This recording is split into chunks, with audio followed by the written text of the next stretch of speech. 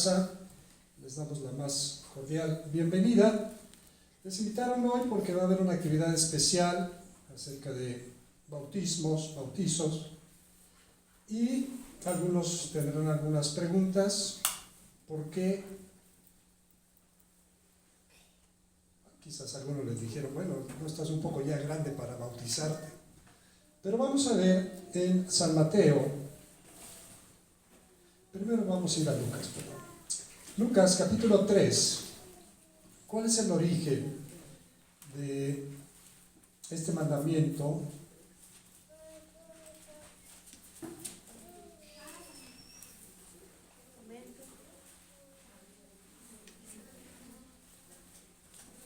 Y vamos a ver que Jesús, el Señor Jesús, cuando fue bautizado, tenía aproximadamente 30 años.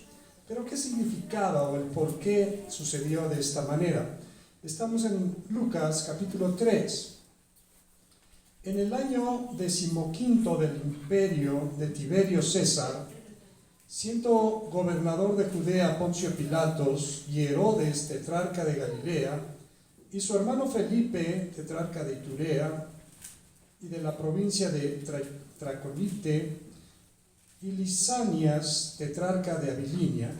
Primero, el escritor nos ubica en el tiempo.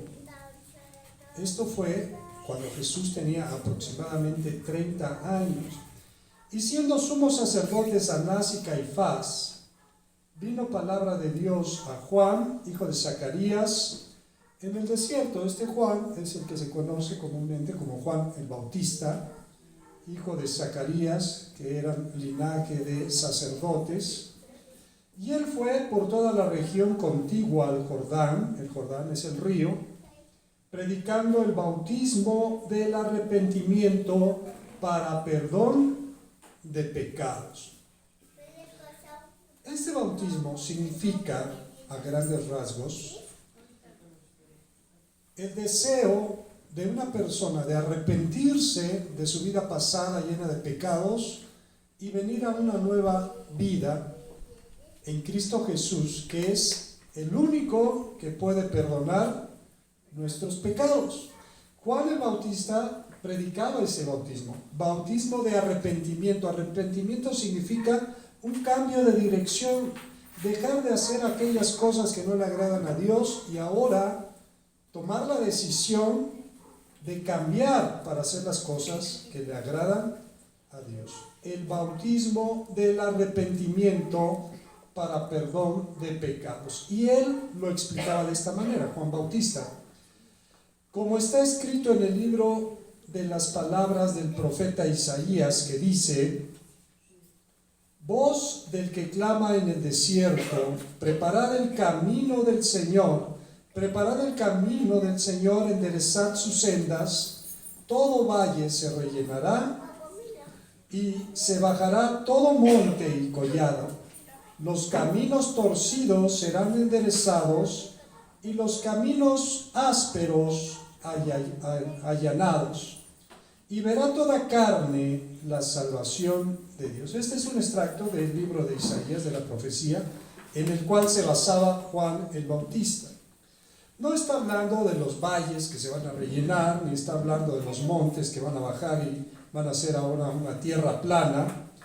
Tampoco está refiriéndose a los caminos que son torcidos y ahora se van a enderezar. Se está refiriendo a la obra de Dios en la vida del ser humano, que tiende por naturaleza a hacer las cosas que a Dios no le agradan. Usted conoce los mandamientos. Bueno, se supone que los deberíamos de conocer. Entre los mandamientos está, por ejemplo, el que dice no matarás. Usted quizás en su mente diga, bueno, yo no he sido tan malo porque yo no he matado a nadie. Pero dentro de los mandamientos hay uno que dice no mentirás. ¿Y cuántos de nosotros hemos mentido? ¿Por qué mentimos? ¿Por qué nuestra naturaleza nos tiende a hacer lo que a Dios no le agrada? Muchos mienten para no enfrentar las consecuencias de alguna acción, de alguna situación, y se les hace más fácil mentir, o tal vez para eludir una responsabilidad cuando va el abonero y toca y le decimos a nuestros hijos, dile que qué, dile que no estoy, ¿estamos qué? Mintiendo. Bueno, el hombre por naturaleza tiende a hacerlo mal. Dios quiere enderezar nuestro camino, arreglar esas cosas que hay en el hombre que le impiden hacer las cosas que le agradan a Dios. Los caminos torcidos, ahora este es un ejemplo muy ligerito, ¿no? Hay situaciones más drásticas, hay personas que están pues inmersas bajo el yugo de alguna adicción, algún vicio, algún problema mayor, quizás adulterio, fornicación, lascivia, idolatría. La Biblia enumera muchas cosas. Esos caminos torcidos Dios los quiere enderezar. En el versículo 7 dice, y decía a las multitudes que salían para ser bautizadas por él. Aquí vamos a ir viendo, entendiendo, que esto representa una acción, una decisión. Hay una costumbre, no quiero abonar mucho en ese asunto, pero es para que lo entendamos, de que se bautiza a los niños cuando son pequeños, pero no creo que ninguno de los que estamos aquí nos acordemos de ese día, ¿o sí? Quizás por las fotos que tomaron, porque alguien platique, pero el bautismo es una decisión personal. Es cuando una persona tiene ya capacidad de decidir, de tomar una decisión y decir, yo he decidido seguir a Cristo, dejar que Él obre en mi vida para que cambie ese camino torcido y ahora sea un camino recto delante de Dios. Las multitudes iban a su encuentro, al encuentro de Juan Bautista, ¿para qué? Para ser bautizados por él. Pero Juan les hablaba fuerte. ¿Qué les decía? Oh generación de víboras, ¿quién os enseñó a huir de la ira venidera? Juan enfrentaba a la gente con una realidad que nosotros a veces no queremos ver. ¿Qué le espera al hombre después de la muerte? Después de la muerte hay una eternidad. Pero puede ser una eternidad con Dios o una eternidad separados de quién? De Dios, porque viene una ira, la ira venidera. ¿Por qué Dios estará enojado con el hombre? Si Dios lo creó, hay quien piensa en su mente, dice, yo no creo que Dios, que es amor, me vaya a mandar a mí al infierno. Si Dios es amor, ¿por qué me va a mandar a mí al infierno? Efectivamente, Dios es amor, su naturaleza es amor, y ese fue el amor el que movió a Dios para buscar una solución al problema del hombre. El problema del hombre es que va directo al infierno, e incluso el infierno no fue hecho para el hombre, sino que la Biblia dice que el infierno fue hecho para el diablo y sus seguidores. Pero si tú sigues al diablo, ¿a dónde vas a ir a dar? Si tú sigues a Dios, ¿a dónde vas a ir a dar? Bueno, entonces hay una ira pendiente de Dios para castigar al hombre por su rebeldía, por su pecado, por su obstinación. Pero dice, ¿quién les enseñó a huir de esa ira venidera? Bueno, iba a ahondar en el asunto del amor de Dios. En San Juan 3:16 nos dice la palabra de Dios que de tal manera amó Dios al mundo. Efectivamente, la naturaleza de Dios es el amor. Él no quiere que nadie se pierda. Él quiere que todos procedan a este camino que es el que predicaba Juan el Bautista, el camino del arrepentimiento. Él quiere, dice, de tal manera amó Dios al mundo que dio a su Hijo unigénito para que todo aquel que en Él cree no se pierda, mas tenga vida eterna. Eso es lo que Dios quiere. Pero Juan les decía, miren, ustedes están tratando de huir de las consecuencias de su propia maldad. Versículo 8. Haced pues frutos dignos de arrepentimiento y no comencéis a decir dentro de vosotros mismos, tenemos a Abraham por padre, porque os digo que Dios puede levantar hijos a Abraham aún de estas piedras. Es lo mismo que ellos pensaban es lo que mucha gente piensa hoy en día. Ellos tenían una confianza de decir, no, pues nosotros somos descendientes de Abraham, somos del pueblo de Dios. Usted y yo, a lo mejor en nuestra mente pensamos, no, si todos somos hijos de ¿quién? De Dios. Bueno, la Biblia no enseña que todos somos hijos de Dios. Dios no engendró a Adán y a Eva, sino dice que los creó, son criaturas. ¿Somos criaturas de quién? En San Juan capítulo 1, verso 12 dice la forma en que podemos convertirnos en hijos de Dios. Dice, a todo el que le recibiere, ¿a quién? A Jesús. Al que cree en su nombre, le dio el poder, la facultad de ser hecho hijos de Dios. O sea, Dios quiere adoptarnos. Este es el proceso de adopción de Dios. Ahora un hijo adoptado tiene los mismos derechos y las mismas obligaciones que un hijo. Para la ley, un hijo adoptado y un hijo biológico es exactamente lo mismo. Para Dios también. Él quiere adoptarnos, arroparnos. Pero a lo mejor decimos, no, yo no necesito. Ellos decían, no necesitamos. Somos descendientes de Abraham y con eso basta. Pero Juan les abre los ojos y dice en el verso 9, y ya también el hacha está puesta a la raíz de los árboles. Por tanto, todo árbol que no da buen fruto se corta y se echa en el fuego. Es una forma, una alegoría que él está utilizando para decir, miren, viene el juicio. Y todo aquel que no se haya arrepentido, ¿qué le va a pasar? Va a ser echado ¿en dónde? En el fuego. Y a la gente preguntaba, y ojalá usted también haga esta misma pregunta, la gente que venía a escuchar a Juan, la gente que quería ser bautizado, primero Juan los enfrentaba con su realidad, con la necesidad que ellos tenían de arrepentirse y dejar que Dios arreglara su vida. Ellos le preguntaban a Juan, y la gente preguntaba diciendo, entonces, ¿qué haremos? ¿Qué tenemos que hacer? Y respondiendo les dijo, miren, son cosas prácticas en la vida. Usted puede decir, y muchos dicen así, quizás usted conozca a mucha gente, que creen en Dios.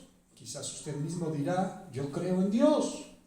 Pero una cosa es creer en Dios y otra cosa es creerle a quién. El que cree en Dios debería de tomar en cuenta que Dios es Dios y que Él es merecedor de que le demos honor, le demos gloria, le obedezcamos, porque Él es Dios. El que verdaderamente cree en Dios sabe quién es Dios, sabe qué espera Dios de nosotros. Ellos decían, bueno, ¿qué vamos a hacer? Les dijo, miren, el que tiene 2 túnicas, dé al que no tiene. Y el que tiene que comer, haga lo mismo. He conocido mucha gente que a veces está enojada con Dios. Algunos se atreven a decir que Dios hace muy mal trabajo aquí en la creación porque hay tantos desastres, hay tanta violencia, hay tantos niños que se mueren de hambre y la gente piensa que Dios tiene la culpa. Pero no es así. Dios no quiere que haya violencia. Dios no quiere que los niños se mueran de ¿qué? Bueno, aquí está dando una solución. ¿Te preocupan los niños que coman? ¿Cuántos les han dado algo de comer a un niño que no tiene que comer? ¿Tienes 2 túnicas? Dale una al que no tiene nada. ¿Tienes que comer? Comparte con el que tiene ¿qué? Nos quejamos de las situaciones, pero no hacemos nada por aquellos que tienen necesidad. Vinieron también unos publicanos. Los publicanos eran los que recaudaban los impuestos. Recordemos que en ese momento el pueblo de Israel estaba subyugado con el imperio romano y los romanos les imponían tributos, les imponían impuestos, tenían que pagar impuestos al imperio romano. Esos eran los publicanos y eran parientes de ellos, eran mal vistos ese trabajo. Bueno, le dijeron, vinieron también unos publicanos para ser bautizados y le dijeron, maestro, ¿qué haremos nosotros? Y él les dijo, no exijáis más de lo que os está ordenado. Ellos tenían ese trabajo, era su trabajo. pero su trabajo lo tenían que desempeñar honestamente. Voy a poner un ejemplo, espero que no haya alguien que trabaje aquí en la policía. Voy a poner un ejemplo, los policías los contratan para dar un servicio a la sociedad, para que cuiden, para que protejan, para que vigilen que el orden público no se rompa. Ese es su trabajo y para eso les pagan un ¿qué? Un sueldo. Pero si el policía se corrompe y empieza a extorsionar, y empieza a hacer tranzas, eso no es parte de su trabajo. Los publicanos se dedicaban a cobrar los impuestos. Juan les dijo, pues solamente hagan bien su ¿qué? Su trabajo. No cobren más de lo debido. O sea, es tu conducta lo que va a marcar la diferencia. También le preguntaron unos soldados, diciendo, ¿nosotros qué haremos? Les dijo, no hagáis extorsión a nadie, ni calumnéis, y contentaos con vuestro salario. En tu actitud se va a reflejar que verdaderamente estás arrepentido de hacer las cosas que no le agradan a quién, a Dios. Como el pueblo estaba en expectativa, preguntándose todos en sus corazones, en ese tiempo estaba esa expectativa de esperar al Mesías, al ungido de Dios, al que iba a cambiar el rumbo del pueblo escogido por Dios. Dice, preguntándose en todos en sus corazones si acaso Juan sería el Cristo, respondió Juan diciendo a todos, yo a la verdad os bautizo en agua, pero viene uno más poderoso que yo, de quien no soy digno de desatar la correa de su calzado. Él os bautizará en Espíritu Santo y fuego. Su aventador está en su mano, y limpiará su era, y recogerá el trigo en su granero, y quemará la paja en fuego que nunca se apagará. Vemos esta alegoría y a veces cuesta un poco de trabajo entenderlo, pero está hablando de algo muy sencillo, algo que ellos veían todos los días. Cuando se cosechaba el trigo, se desgranaba y se separaba del grano de trigo del rastrojo o de lo que le cubre, que no se ocupa para hacer la harina. Entonces había que limpiarlo. ¿Cómo se limpiaba? Por eso limpiará su era, dice aquí. Se amontonaba el trigo con todo y la paja y el rastrojo, se esperaba que hubiera un poco de viento y se levantaba. Lógicamente el trigo más pesado vuelve a caer y la paja, ¿qué le pasa? Vuela. Entonces se limpiaba, se guardaba el trigo aparte y el rastrojo, la paja, lo que no servía, pues se utilizaba de combustible. ¿En dónde? En la lumbre, para cocinar o para hacer lo que quisiera. Había que deshacerse de él. Pero ¿qué está hablando aquí del trigo acaso o de la paja? Está hablando que viene un juicio, que Jesús es el que va a juzgar, y a unos los va a tener en su gloria y a otros, dice aquí, serán echados ¿en dónde? En el fuego. Con estas y otras muchas exhortaciones anunciaba las buenas nuevas al pueblo. Buenas nuevas en griego significa o se traduce como evangelio. Eso es por lo que se habla de los 4 evangelios. Eso es por lo que se habla del evangelio. Es por lo que se dice a algunas personas que son evangelistas. Son los que publican las buenas nuevas. ¿Y en qué consiste la buena nueva? Que no te tienes que ir al infierno, sino que Dios tiene algo especial para ti, para que vayas al cielo con Él y tengas una vida eterna.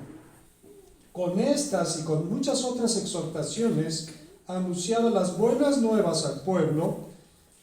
Entonces Herodes el tetrarca, siendo reprendido por Juan a causa de Herodías, mujer de Felipe su hermano, y de todas las maldades que Herodes había hecho, sobre todas ellas añadió además esta, encerró a Juan en la cárcel. Bueno, hay gente que no le gusta reconocer su pecado. Es el caso de Herodes. Era hijo de Herodes, el que se llamaba Herodes el Grande, el que construyó el templo de Jerusalén. Este era su hijo. Y este hombre, hay casos así.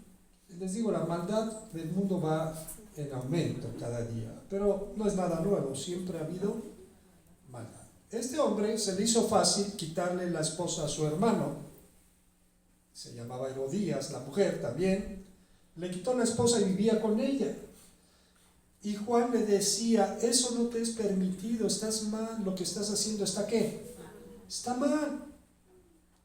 Pero hay gente que no quiere oír que está mal. Y más, muchos que están en eminencia como este rey, solo quieren oír a los que les dicen que están ¿qué? Que están bien. Bueno, por eso es que Juan acabó decapitado en la cárcel por ese problema, porque le dijo la verdad. Se volvió su enemigo por decirle ¿qué? La verdad. Bueno, vamos a ir ahora al libro de Mateo, capítulo 3. Evangelio según San Mateo, capítulo 3.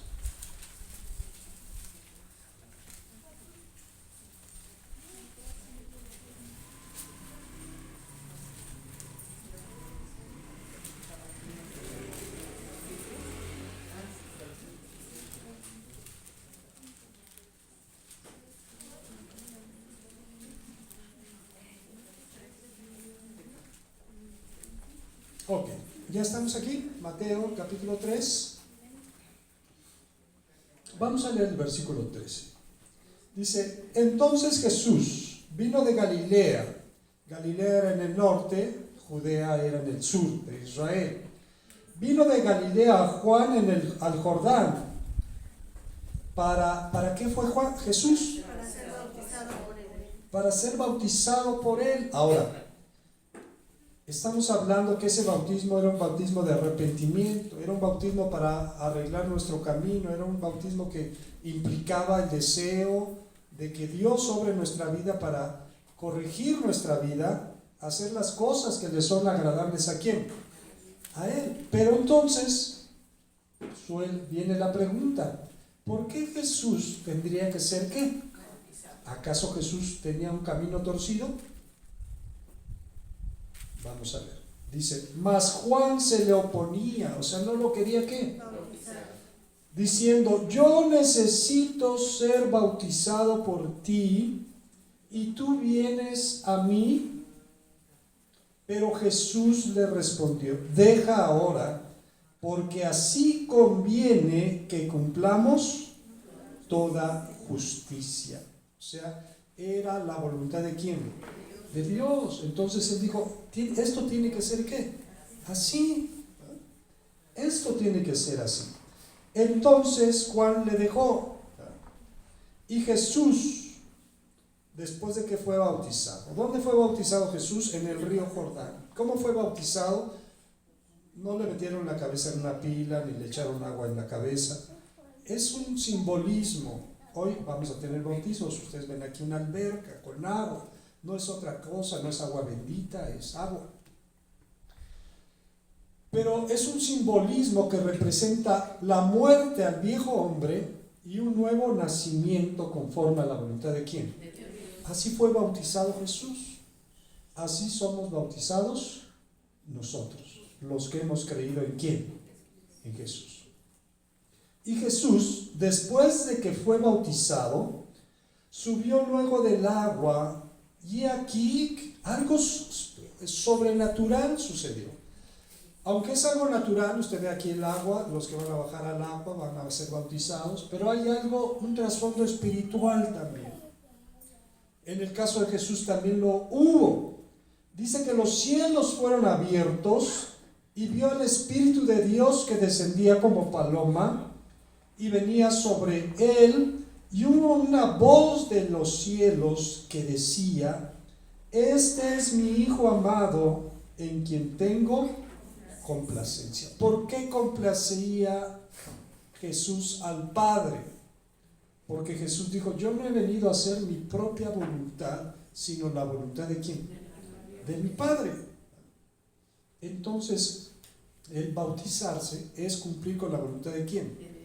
Y En eso tiene Dios contentamiento con sus hijos, pero con los hijos que le obedecen.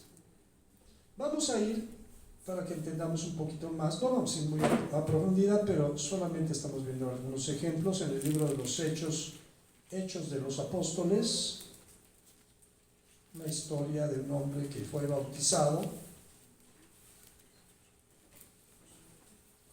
Hechos de los Apóstoles,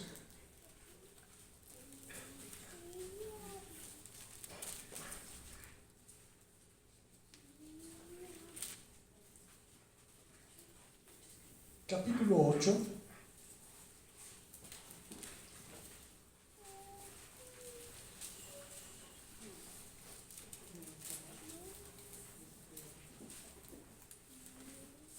versículo 26. Hechos 8, 26. ¿Ya lo tenemos? Ok.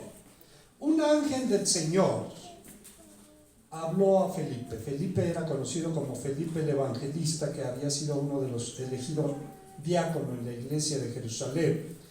Un ángel del Señor habló a Felipe diciendo: levántate y ve hacia el sur por el camino que desciende de Jerusalén a Gaza, el cual es desierto. Entonces él se levantó y fue. Y sucedió que un etíope, o sea, no era un judío, era un etíope de Etiopía, de piel morena, ¿verdad?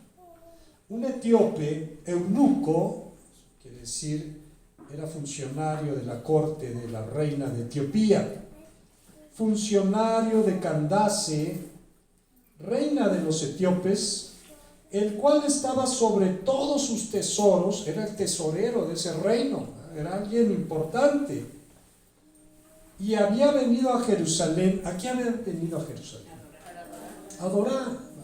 Quizás entre muchas cosas él sabía de un Dios en Jerusalén, y él subía ¿a qué?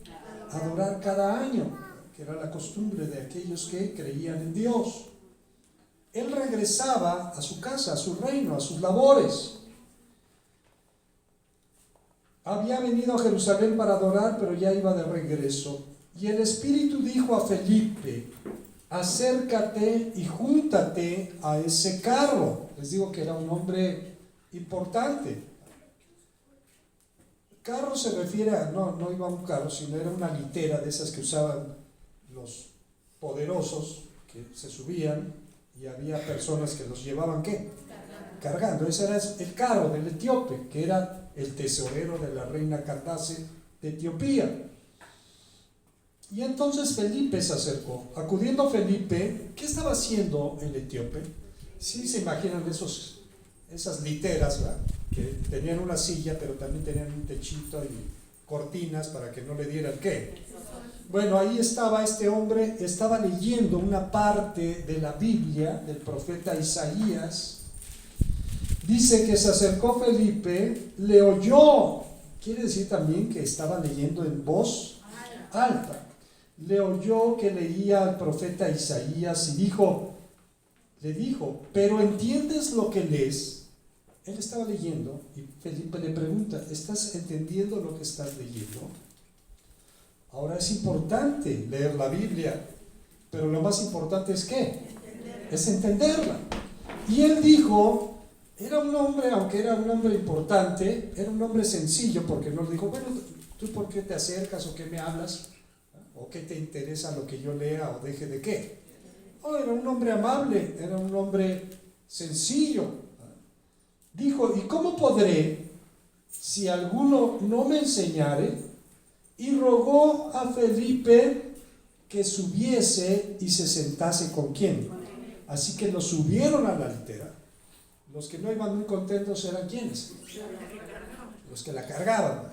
Pero bueno, eso le dio alegría al etíope. Dice, alguien me va a explicar lo que estoy ¿qué? El pasaje de la escritura que leía en Isaías era este: como oveja a la muerte fue llevado, y como cordero mudo delante del que lo trasquila, así no abrió su boca. En su humillación no se le hizo justicia, mas su generación, ¿quién la contará? Porque fue quitada de la tierra su vida. Bueno, este pasaje de Isaías 53, nosotros lo leemos y entendemos claramente que es una profecía del Antiguo Testamento que estaba hablando ¿de quién? De Jesús. Porque Jesús fue llevado a la muerte y al juicio que se le hizo a Jesús se pagaron testigos falsos. ¿Usted ha leído eso o sabía eso? Entonces, aunque lo llevaron a juicio, no se le hizo justicia porque fue condenado en contra de la justicia, porque Jesús no había hecho nada malo. Pero dice aquí que como oveja fue llevado ¿a dónde? A la muerte. Como cordero mudo delante del que lo trasquila, así no abrió. En su humillación no se le hizo justicia, mas su generación refiere al fruto de ese sufrimiento. ¿Quién lo contará? Porque fue quitada de la tierra su vida. Respondiendo el eunuco, dijo a Felipe: te ruego que me digas, ¿de quién dice el profeta esto? ¿De sí mismo o de algún otro? El eunuco no entendía, el etíope no entendía lo que estaba ¿qué? Leyendo. Y Felipe dijo, entonces Felipe, abriendo su boca y comenzando desde esta escritura, le anunció, ¿qué le anunció?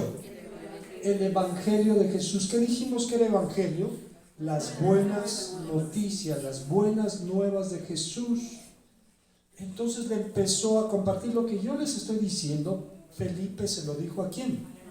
Al eunuco. Y él fue escuchando lo que Felipe dijo acerca de Jesús, del por qué había venido a morir por nuestros pecados, cómo resucitó Jesús al tercer día y cómo subió a los cielos y está hoy sentado a la diestra del poder de Dios, intercediendo por quienes. Todo eso se lo dijo Felipe al etíope.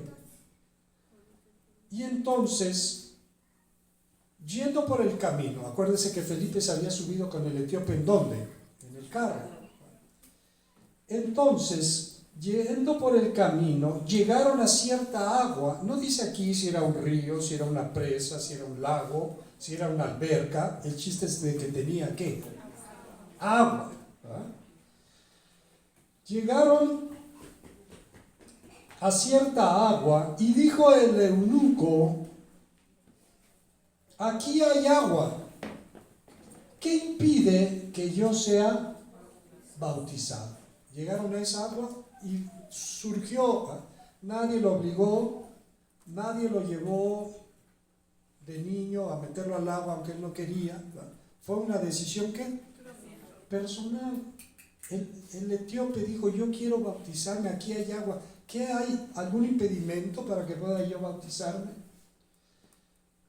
Felipe dijo: si crees de todo corazón, bien puedes. El único requisito es ¿qué? Creer. Si crees de todo corazón, bien puedes. Y respondiendo dijo: creo que Jesucristo es el Hijo de Dios. Amén. Esa confesión va ligada con los hechos. Si usted ha creído que Jesús es el Hijo de Dios y que Dios le levantó de los muertos, también usted debería de creer en todo lo que Él dice que nosotros debemos de ¿qué? De hacer. ¿Amén? Pero muchos dicen creer, pero realmente no saben lo que significa creer. Entonces dice: y mandó parar el carro, y descendieron ambos al agua, Felipe y el eunuco. ¿Y qué pasó? Y le bautizó.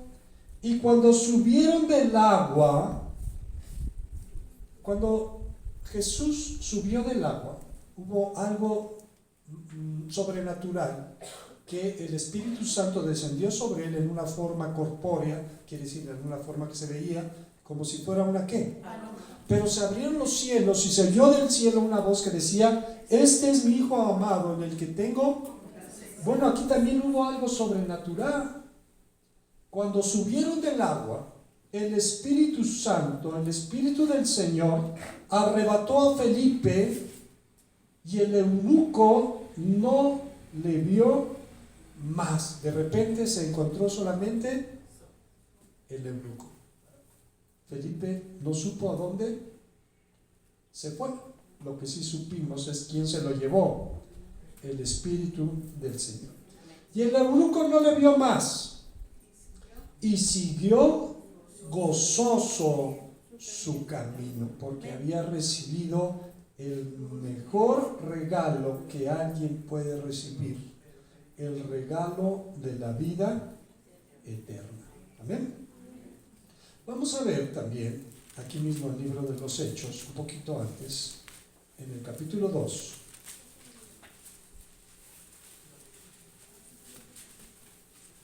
Vamos a leer del versículo 14 en adelante. Hechos 2, del 14 en adelante. Entonces Pedro se refiere al apóstol Pedro, poniéndose en pie con los 11, alzó la voz y les habló diciendo: varones judíos. Se había reunido una gran multitud, habían sucedido algunas cosas antes. Si usted después quiere leer completo el capítulo, entenderá qué había sucedido.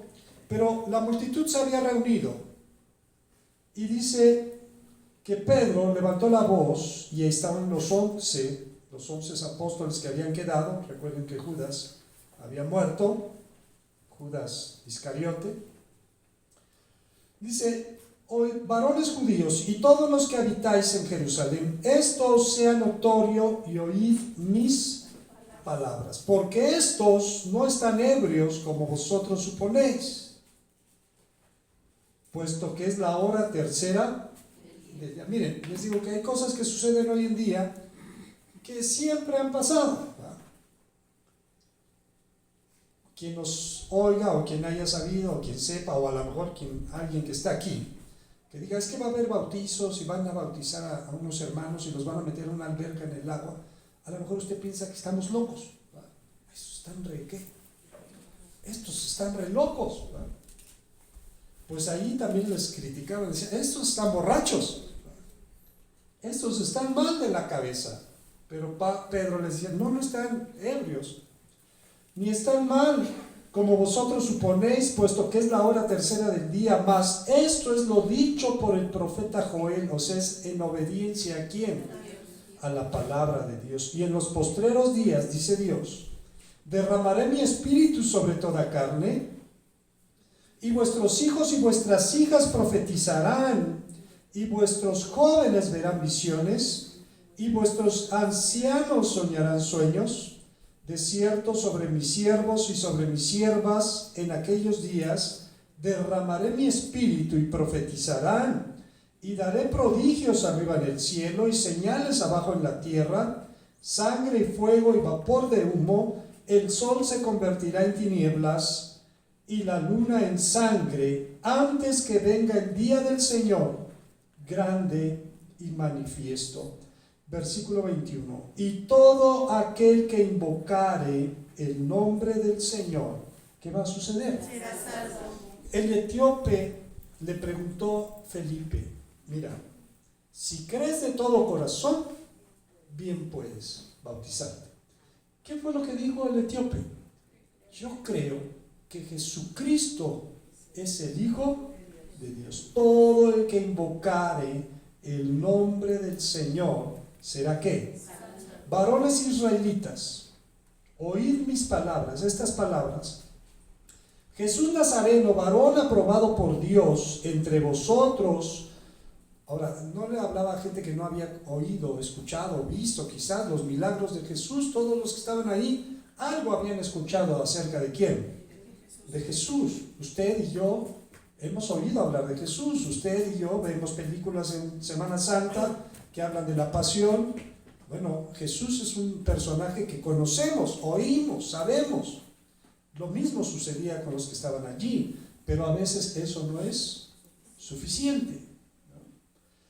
Jesús Nazareno, varón aprobado por Dios entre vosotros, con las maravillas, prodigios y señales que Dios hizo entre vosotros por medio de él, como vosotros mismos sabéis, a este entregado por el determinado consejo y anticipado conocimiento de Dios, prendisteis y matasteis por manos de inicuos, crucificándolo. Bueno, aprovechando, si usted conoce las películas de Jesús, cuando a Jesús lo saca Pilato, y había una costumbre en esos días de la Pascua, de soltar libre un reo, les presenta a Jesús y les presenta a Barrabás, que era un asesino sedicioso, y la gente, quizás muchos de los que estaban aquí oyendo, ¿qué le dijo a Pilatos? Dice, ¿quieren que os suelte a Jesús o a Barrabás? ¿Y qué dijo la gente? A Barrabás. Dice, ustedes lo entregaron por mano de inicuos, crucificándole, al cual Dios levantó, sueltos los dolores de la muerte, por cuanto era imposible que fuese retenido por ella, porque David dice de él, veía al Señor siempre delante de mí, porque está a mi diestra, no seré conmovido, por lo cual mi corazón se alegró y se gozó mi lengua, y aún mi carne descansará en esperanza, porque no dejarás mi alma en el Hades, ni permitirás que tu santo vea corrupción. Me hiciste conocer los caminos de la vida, me llenarás de gozo con tu presencia. Bueno, aquí se está citando uno de los salmos. Este salmo habla, como vimos que se citaba a Isaías, ¿de quién hablaba? De Jesús. No dejarás mi alma en el Hades. Cuando las personas mueren, a lo mejor usted ha pensado, ¿a dónde se van los que mueren? La Biblia dice que todos, no el que se muere se va al infierno o se va al cielo inmediatamente, no. Eso no enseña la Biblia. La Biblia enseña que hay un lugar que se llama Hades o Seol, a donde van todos los muertos a esperar precisamente el día del juicio, donde sí se irán unos al cielo y otros desgraciadamente se irán al infierno. Pero en ese lugar a donde van los muertos, Jesús está diciendo en los Salmos, que es una profecía que se cumple en su vida, no dejarás mi alma, ¿en dónde? En ese Seol. Ahora, es algo muy profundo, yo quisiera explicárselos todo, pero no da tiempo. Pero lo mismo que sucedió con Jesús, va a suceder con todos aquellos que creen en ¿quién? En Jesús. Dios no va a dejar nuestra alma en ese lugar, nos va a llevar a un lugar diferente, como sucedió y explicaba y enseñaba Jesús con la parábola de Lázaro y el rico, donde Lázaro, después de que murió, era consolado, desgraciadamente el rico era ¿qué? Atormentado. Bueno, no dejarás mi alma en el Hades, ni permitirás que tu santo vea corrupción. Quiere decir que su cuerpo no se iba a echar a perder, a deshacer. Entonces, 29 dice, varones hermanos, se os puede decir libremente del patriarca David, que murió y fue sepultado, y su sepulcro está con nosotros hasta el día, pero siendo profeta, o sea, en los Salmos profetizaba, sabiendo que con juramento Dios le había jurado que de su descendencia, en cuanto a la carne, se levantaría el Cristo para que se sentase en su trono, viéndolo antes, habló de la resurrección de Cristo, que su alma no fue dejada en el Hades, ni su carne vio corrupción. A este Jesús, resucitó Dios, de lo cual todos nosotros somos testigos. Así que, exaltado por la diestra de Dios y habiendo recibido del Padre la promesa del Espíritu Santo, ha derramado esto que vosotros veis y oís. Porque David no subió a los cielos, pero él mismo dijo el Señor a mi Señor: siéntate a mi diestra hasta que ponga a tus enemigos por estrado de tus pies.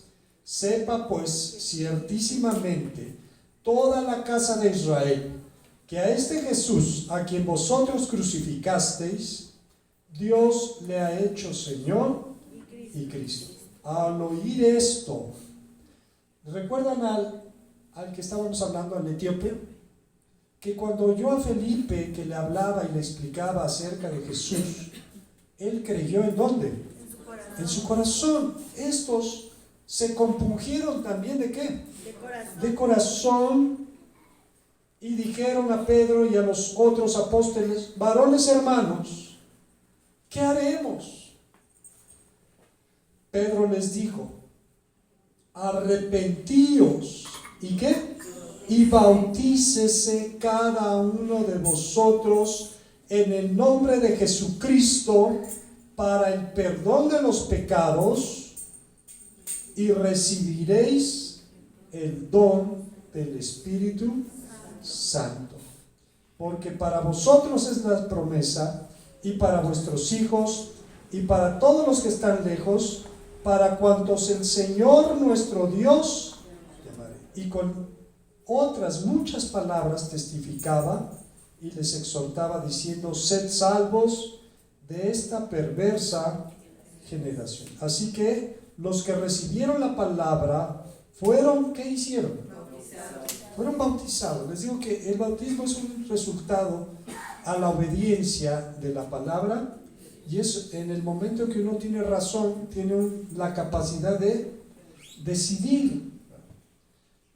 Recibieron la palabra y fueron, y se añadieron aquel día como 3,000 personas, y perseveraban en la doctrina de los apóstoles, en la comunión unos con otros, en el partimiento del pan y en las... Ahora, esto es importante también, porque el que cree en Jesús, pues tiene que andar en la voluntad de ¿quién? No fueron bautizados y cada quien se fue a su casa y no se volvieron a acordar de Dios para nada. Dice, perseveraban ¿en qué? En la doctrina, en la enseñanza de los apóstoles, en la comunión unos con otros, en el partimiento del pan y en las oraciones. Vamos a terminar yendo al Evangelio según San Marcos, capítulo 16.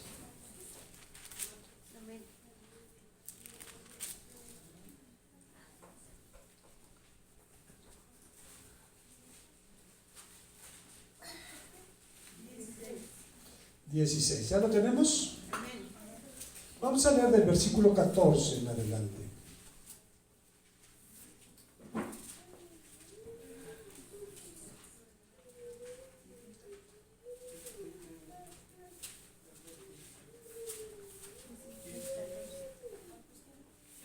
Marcos 16, 14 en adelante. ¿Ya lo tenemos? Esto sucede después de que Jesús fue crucificado, después de que Jesús fue resucitado, y se les apareció en varias ocasiones a los discípulos. Esta es una de esas ocasiones. Versículo 14, ¿ya lo tenemos? Finalmente se les apareció a los 11 mismos, estando ellos sentados a la mesa, y les reprochó su incredulidad y dureza de corazón, porque no habían creído a los que le habían visto resucitado. Y les dio una instrucción, un mandamiento. Les dijo: id por todo el mundo y predicad. ¿Qué iban a predicar? El Evangelio a toda criatura. ¿Qué dijimos que era el Evangelio?